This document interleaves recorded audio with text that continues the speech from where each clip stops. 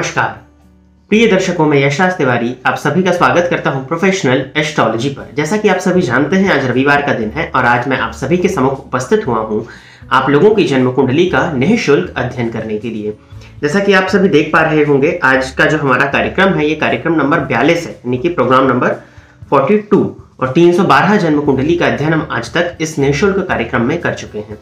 वो नए दर्शक जो इस कार्यक्रम को आज पहली बार देख रहे हैं और अगर आप भी अपनी जन्म कुंडली का अध्ययन मुझसे इस कार्यक्रम के द्वारा निःशुल्क रूप से कराना चाहते हैं, तो आप अपनी डिटेल्स जैसे कि आपका नाम, आप अपने जन्म की तिथि, आप अपने जन्म का समय और आप अपने जन्म का स्थान, ये चारों ही चीजें किसी भी एक स्पेसिफिक प्रश्न के साथ में इस वीडियो के कमेंट सेक्शन में दे दीजिए। हमारी कोशिश यही रहेगी कि जल्दी से जल्दी आपकी जन्म कुंडली का निःशुल्क अध्ययन मेरे द्वारा इस कार्यक्रम में किया जाए।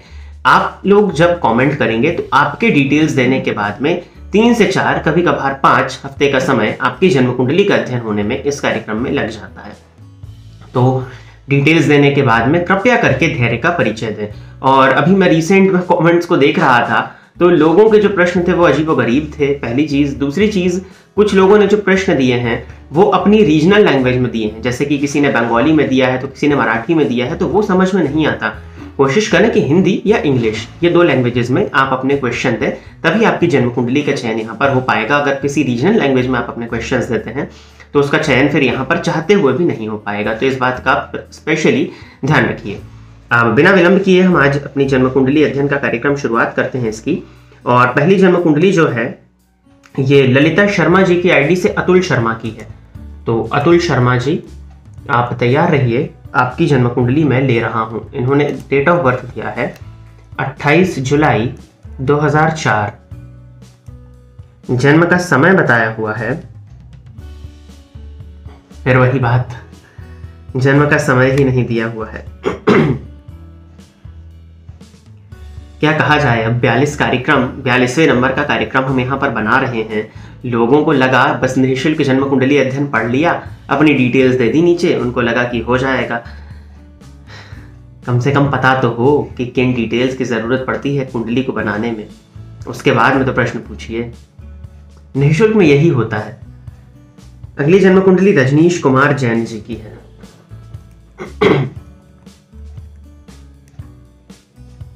रजनीश जी, डेट ऑफ बर्थ आपने दिया है 14 नवंबर 2001।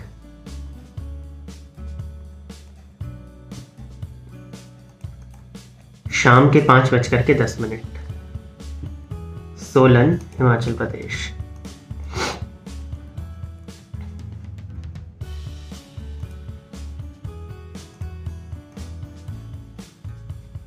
रजनीश जी, मेष लग्न के हैं आप, राशि आपकी तुला है।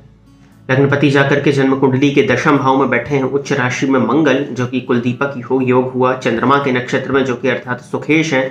चंद्रमा भी जाकर के 7वें भाव में बैठे हुए हैं, जो कि अति विशिष्ट कारक पोजीशन है इनकी। परंतु आपकी जन्म कुंडली में सूर्य और चंद्रमा की युति जन्म कुंडली के 7वें भाव में और उस पर राहु की दृष्टि का पड़ना, ये कहीं ना कहीं मन को बहुत ज्यादा अशांत करके रख देगा, बहुत ज्यादा अशांत। आत्मविश्वास में भी कमी लाएगा, क्योंकि सूर्य नीच राशि में बैठ करके राहु से दृष्ट हो रहे हैं और सूर्य चंद्रमा की युति में चंद्रमा बेहद कमजोर। अमावस्या के दिन आपने देखा होगा, जब आप जाकर के देखेंगे तो आसमान में आपको चंद्रमा देखने में ही नहीं आता, अर्थात पक्ष बल से बेहद कमजोर। तो चंद्रमा का कमजोर होना, वो भी राहु के नक्षत्र में, राहु की दृष्टि से दृष्ट, निसंदेह वो गुरु की दृष्टि से भी दृष्ट है, परंतु अस्त होकर के स्वाति नक्षत्र में राहु की दृष्टि से दृष्ट हो जाना परेशानी का कारण बनेगा, मानसिक अशांति का कारण सबसे बड़ा बनेगा।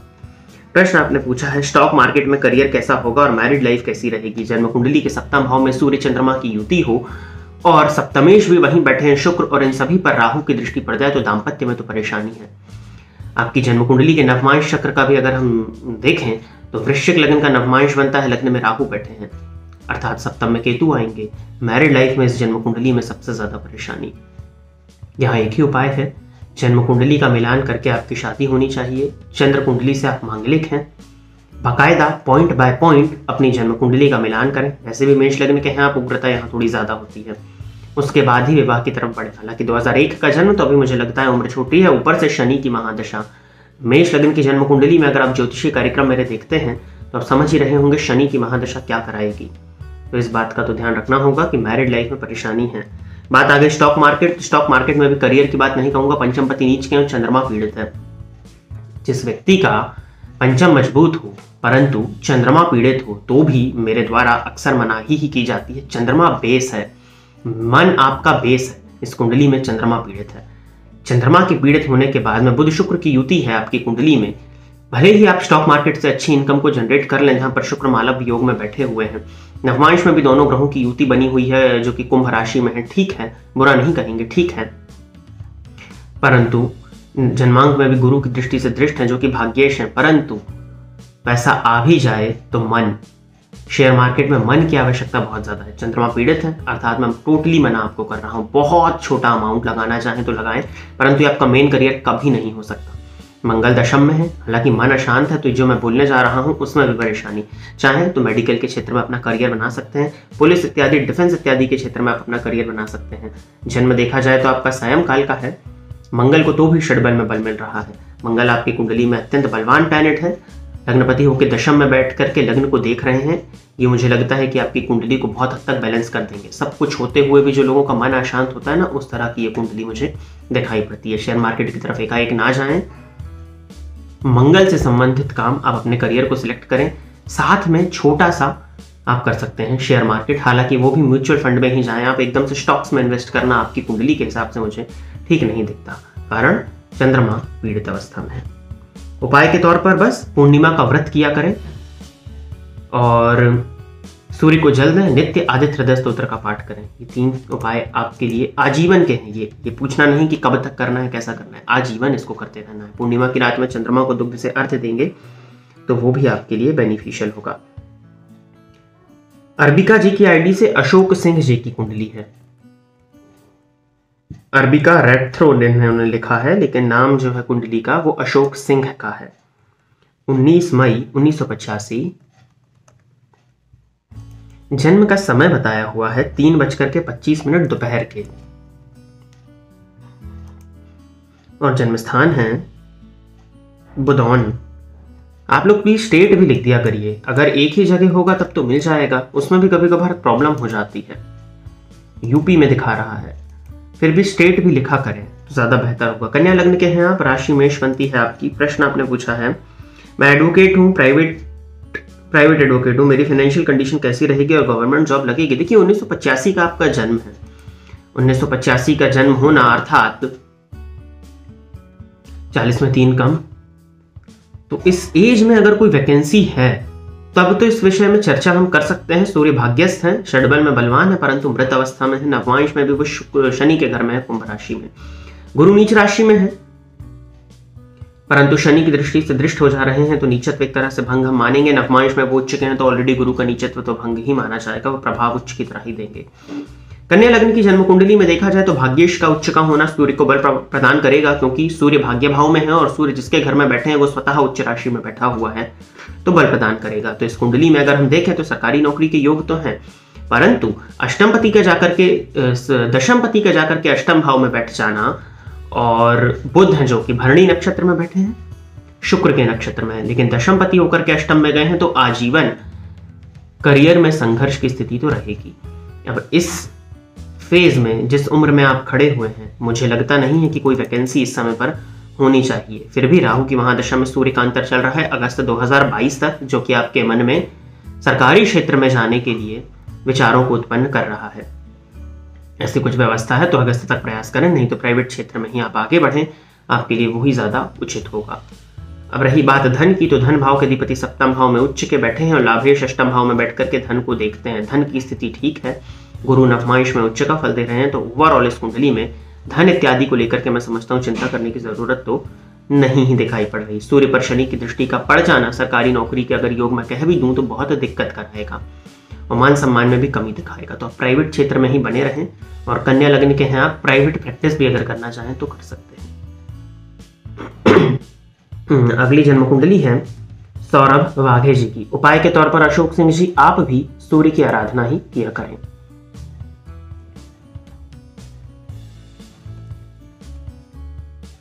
सौरभ जी ने डेट ऑफ बर्थ बताया है 14 नवंबर 2000। जन्म का समय दिया हुआ है 6:50 शाम की 1850। जन्मस्थान है Sangamner, Maharashtra.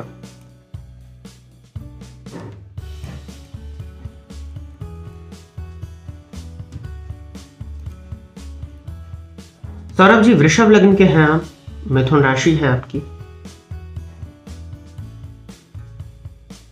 Medical entrance exam 3 बार दिए, सिलेक्शन नहीं हुआ, क्या शिक्षा बाधित है? जीवन काल में कौन सा काम श्रेयस्कर होगा, कृपया मार्गदर्शन कीजिए। आपकी कुंडली में लग्नपति जाकर के अष्टम भाव में बैठे हैं शुक्र, जो कि मूल नक्षत्र में है, और लग्न में शनि का होना।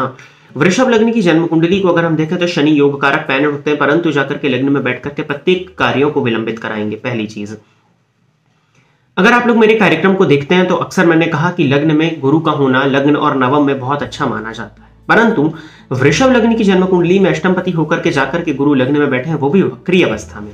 अकारक हैं, अष्टमेश होकर के लग्न में गए हैं, अर्थात जीवन काल में संघर्ष को कभी भी खत्म नहीं होने देंगे।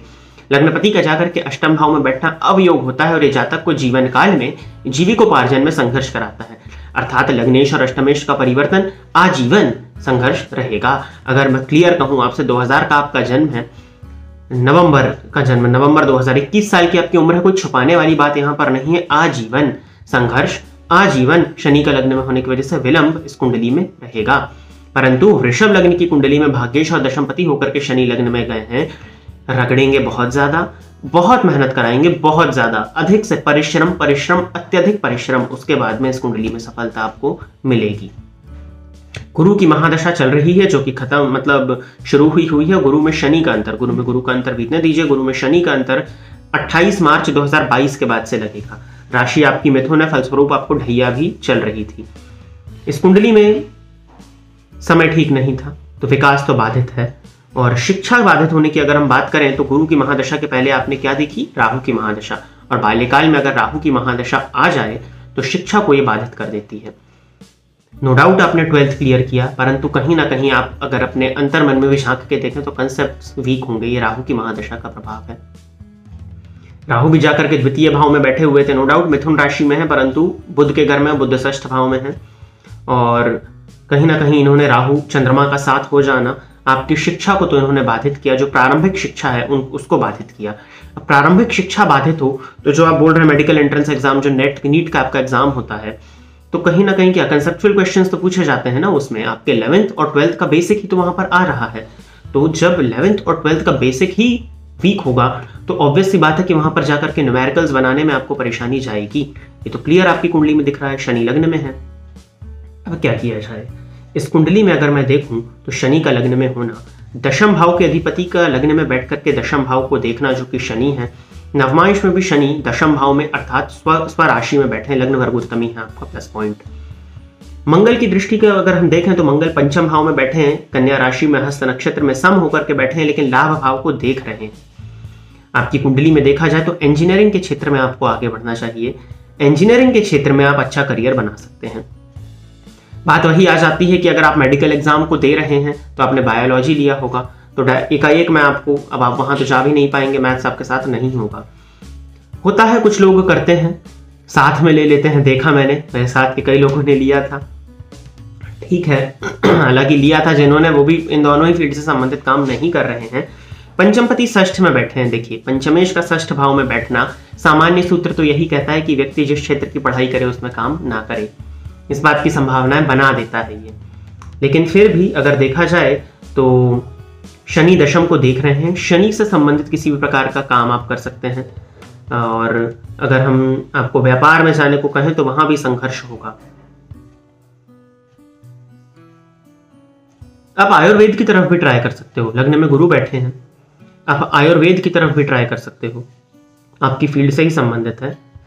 फार्मेसी की तरफ भी आप जा सकते हो। चंद्रमा द्वितीय भाव में जरूर बैठे हैं, मृगशिरा नक्षत्र में, मंगल के नक्षत्र में है, आप फार्मेसी की तरफ भी जा सकते हैं। नवमांश में निसंदेह वो नीच के हो रहे हैं, परंतु मंगल जो है नवमांश में वो आपके स्वग्रही हैं, और आप फार्मेसी की तरफ भी बढ़ सकते हो अगर आपका मन है तो। केमिकल, फार्मेसी, इस तरफ बढ़िए, क्योंकि नीट के एग्जाम को क्लियर करने में दिक्कतें हैं। फिर भी अगर आप प्रयत्न करें तो 2024 तक समय है, आप प्रयत्न कर सकते हैं। गुरु में शनि का अंतर होने की संभावना है, परंतु अत्यधिक संघर्ष होगा। जैसा कि मैंने बताया, राहु की दशा में कंसेप्ट जो है वो कहीं ना कहीं वीक रहे होंगे, ये परेशानी का कारण तो बनेगा। अब आपके पास में ऑप्शंस हैं, समय हो तो आप इंतजार करके भी देख सकते हैं, कोई गारंटी नहीं है, परंतु हाँ लग्न में शनि है, प्रयत्न किया जाए तो लिया जा सकता है। ऐसा नहीं है कि मेडिकल के योग इस कुंडली में नहीं है। शिक्षा जरूर बाधित है, चंद्र राहु की युति, मन भी अशांत है। हो गई पहली चीज। समय बदल रहा है, अप्रैल के बाद से समय में बदलाव है, जो क्षेत्र मैंने बताया वहां प्रयास आप कर सकते हैं।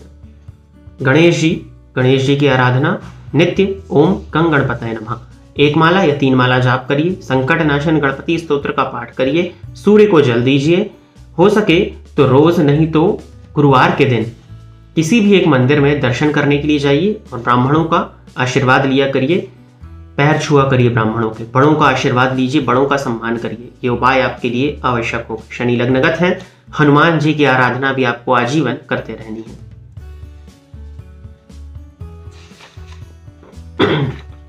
इतने उपायों को करिए और फिर देखते हैं आने वाले समय में क्या स्थिति बनती है।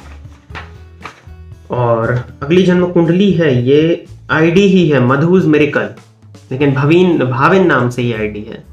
तो इस जन्म कुंडली को और देख लेते हैं।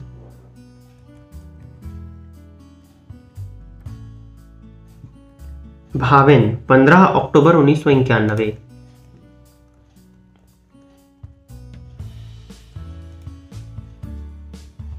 सुबह के 5:45 और जामनगर।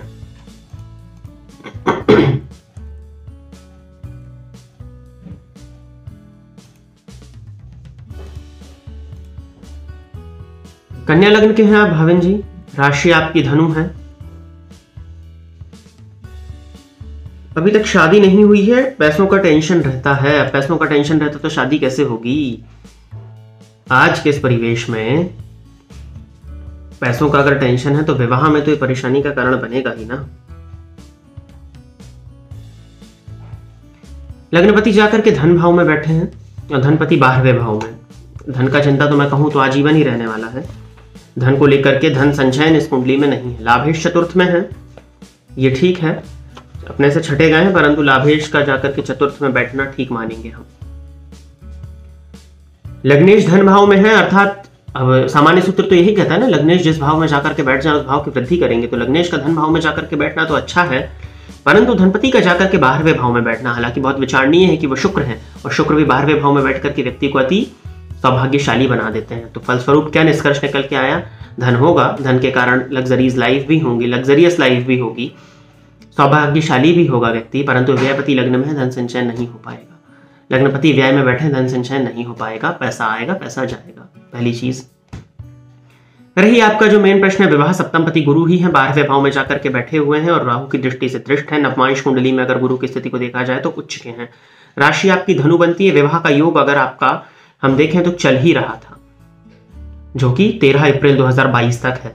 अब मंगल की महादशा में शनि का अंतर, पंचम भाव में शनि बैठ करके सप्तम भाव को देख रहे हैं, इन्होंने विवाह को आपके विलंबित किया।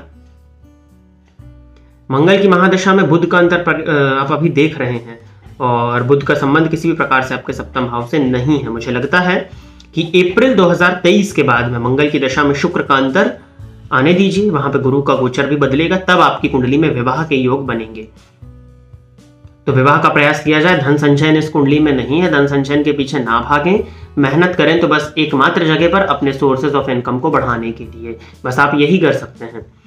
धन संचयन करना है तो एफडीज के फॉर्म में ही करें, तो वो भी कुछ हद तक मैंने देखा कि 12वें से संबंध हो तो इस तरह से होता है।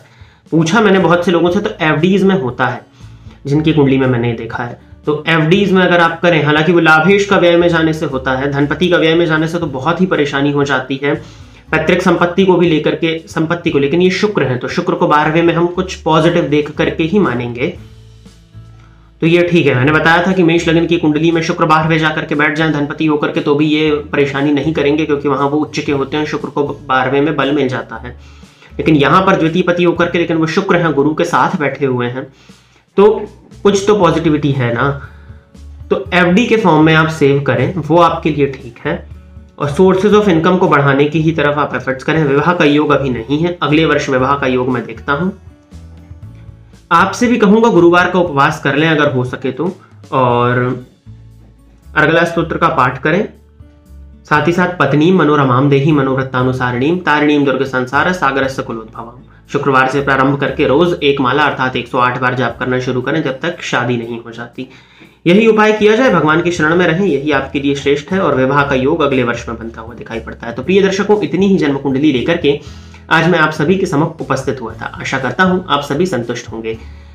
वो नए दर्शक जो इस कार्यक्रम को आज पहली बार देख रहे हैं और अगर आप भी चाहते हैं कि आपकी जन्म कुंडली का अध्ययन निःशुल्क रूप से मेरे द्वारा इस कार्यक्रम में किया जाए, तो आप अपनी डिटेल्स जैसे कि आप अपना नाम, आप अपने जन्म की तिथि, आप अपने जन्म का समय और आप अपने जन्म का स्थान किसी भी एक स्पेसिफिक प्रश्न के साथ में इस वीडियो के कमेंट सेक्शन में दे दीजिए। हमारी कोशिश यही रहेगी कि जल्दी से जल्दी आपकी जन्म कुंडली का अध्ययन किया जाए। जैसा आज पहली ही जन्म कुंडली आई थी जिसमें समय नहीं था, तो प्लीज अपना जो कमेंट आप लिखते हैं अपने प्रश्न का उसको रीचेक कर लें और भेजें। कोशिश करें कि जो लैंग्वेज है वो हिंदी या इंग्लिश में हो, तभी आपके प्रश्नों का चुनाव होगा। इसके अलावा किसी अदर रीजनल लैंग्वेज में आपके प्रश्न का चुनाव नहीं हो सकेगा। बृहत जन्म कुंडली वीडियो विश्लेषण का कार्यक्रम चालू है। अगर आप अभी बृहत जन्म कुंडली वीडियो विश्लेषण में अपनी जन्म कुंडली को सम्मिलित करना चाहते हैं तो इस वीडियो के नीचे दिए गए नंबर पर संपर्क कर सकते हैं। आज के लिए बस इतना ही। पुनः आप सभी के सम्मुख एक नए विषय को लेकर के मैं इसी चैनल पर उपस्थित रहूंगा। तब तक के लिए इजाजत दीजिए। नमस्कार। फोन पर बात करके कुंडली दिखाने के लिए एवं ज्योतिष से संबंधित अन्य सर्विसेज के लिए आप स्क्रीन पर दिए गए नंबर पर कॉल या व्हाट्सएप करके पर्सनल अपॉइंटमेंट ले सकते हैं। अब आप YouTube के साथ साथ Facebook और Instagram पर भी मेरे अकाउंट को फॉलो कर सकते हैं, जहां पर आपको ज्योतिष से संबंधित जानकारी मिलती रहेगी।